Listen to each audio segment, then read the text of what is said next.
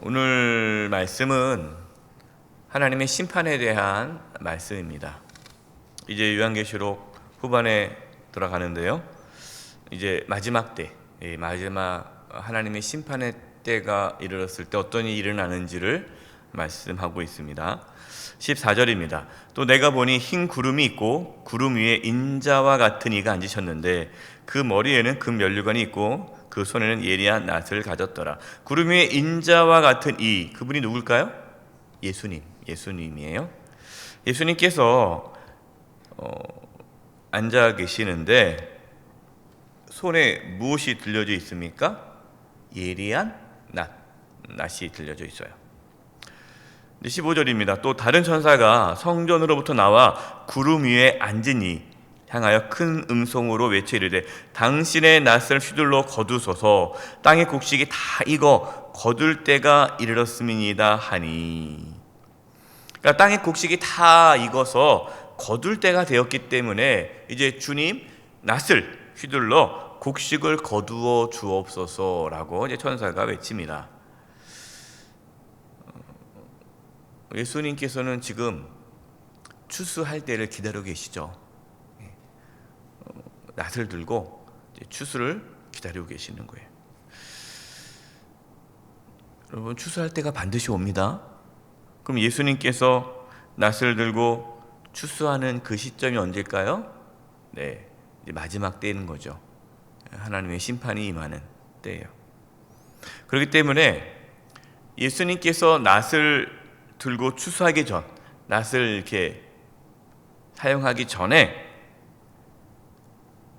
우리의 신앙이 알곡 같은 신앙인지 돌아보아야 됩니다. 우리가 알곡이 아니면 갈아지면은 추수할 때 갈아지면 안 되잖아요. 이기 때문에 우리가 지금 이 마지막 때에 살고 있어요. 이 말은 뭐냐면 예수님의 추수가 곧 다가오고 있는데 이럴수록 우리의 신앙을 점검해야 합니다. 또한 반대로 우리 신앙뿐만 아니라 아직 예수님 믿지 않은 우리 가족들, 이웃들에게 복음을 전해야 돼요. 왜냐하면 예수님께서 이제 낫을 쓰기 시작하면 더 이상 구원받을 기회는 없기 때문입니다. 마태복음 9장 37, 38절에 예수님께서 이 추수에 대한 말씀을 많이 하셨어요.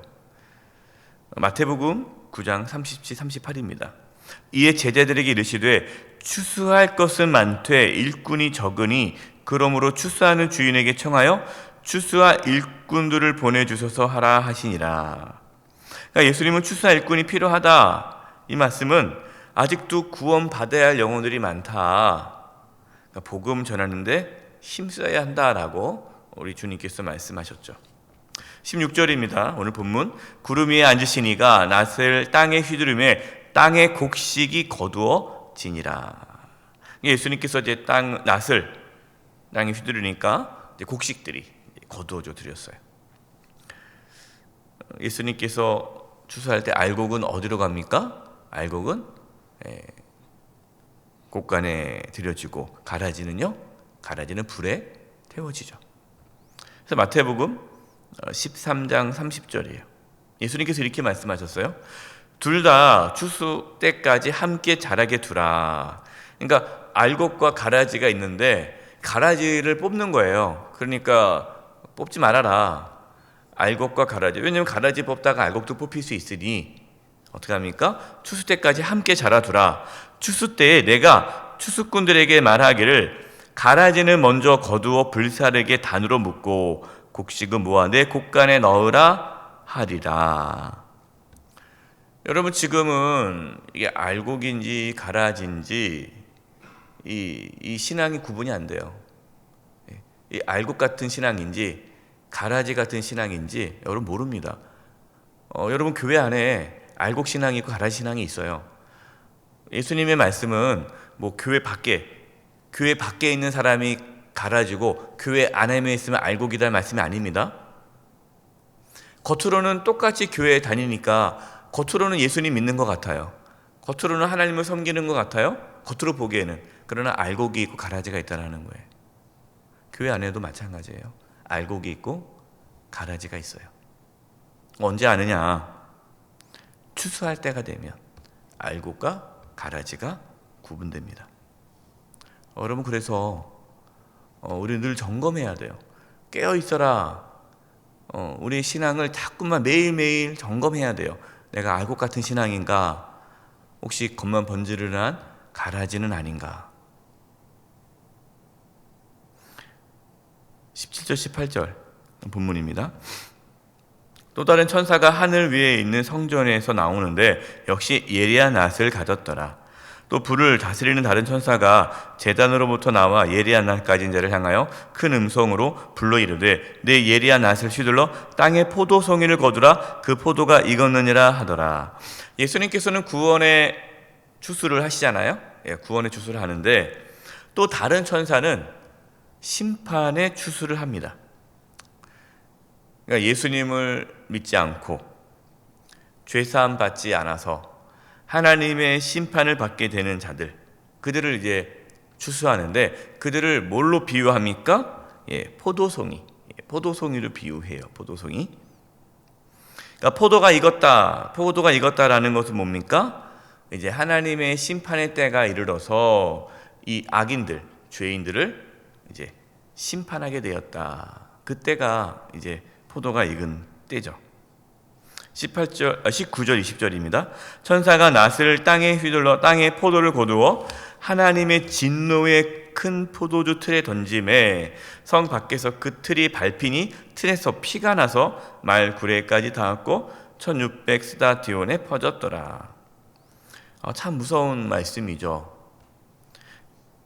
회개를 거부하고 예수님 믿지 않은 자들은 하나님의 진노의 큰 포도주 틀에 던져진다는 겁니다. 그러니까 이거를 비유로 보여주는 거죠. 그러니까 이 포도송이들이 포도주 틀에 들어가서 이제 밟히지 않습니까? 그럼 짓눌려지면 거기서 포도즙이 나오지 않습니까? 이 벌건 포도즙이 이제 이 피를 의미하는 거예요. 하나님의 심판을 의미하는 것이죠. 여러분, 하나님의 심판은 반드시 있습니다. 또 그 하나님의 심판은 돌이킬 수가 없어요. 하나님의 심판을 피할 수 없습니다. 그리고 그 하나님의 심판은 영원합니다. 그렇기 때문에 추수 때가 오기 전에 회개하고 예수님을 믿어야 돼요. 지금 초대교회 성도들, 이 지금 요한계시록 말씀을 읽고 있는 이 초대교회 성도들은 로마 황제로부터 엄청난 많은 박해를 받고 있죠. 성도들의 피가 흘려지고 있어요. 수많은 순교자의 피가 지금 교회에 흘려지고 있습니다. 그런데 그것이 무서운 게 아니라는 거예요. 진짜 무섭고 두려운 것은 로마 황제의 박해가 아니라 하나님의 심판임을 말씀하고 있는 거예요. 여러분, 우리는 하나님의 심판을 가벼이 여겨서는 안 됩니다. 하나님을 두려워하시기 바랍니다. 은밀한 죄가 있다면 여러분 정직하게 회개하셔야 돼요. 예수 그리스도의 보혈로 죄사함을 받으시기 바랍니다. 우리가 아직 이 땅에 살아가고 있다, 우리가 지금 살고 있다라는 것은 추수가 이루어지지 않은 거죠. 그래서 우리가 살고 있는 이 시간에 추수가 임하기 전에 우리의 자신의 신앙을 점검하고 참된 믿음을 가져야 됩니다. 그리고 아직 믿지 않은 가족들에게 복음을 전해야 합니다. 하나님의 추수 때 다 알곡으로 구원받는 은혜가 있기를 간절히 축원드립니다. 기도하겠습니다. 하나님, 하나님의 심판이 임하기 전 저희 모두들 참된 신앙으로, 알곡 같은 신앙으로 주님 맞이할 수 있도록 깨어있게 해주시고 말씀으로 바로 서게 해주시고 십자가의 은혜를 붙잡고 살아가게 하여 주시옵소서. 아직 예수님을 거부하고 믿지 않고 회개하지 않고 받아들이지 않는 가족들, 이웃들에게 복음을 전하고 그들에게 하나님의 심판을 전하며 구원으로 인도하는 그 놀라운 은혜와 축복 있을 수 있도록 도와 주시옵소서. 예수님의 이름으로 기도드립니다. 아멘.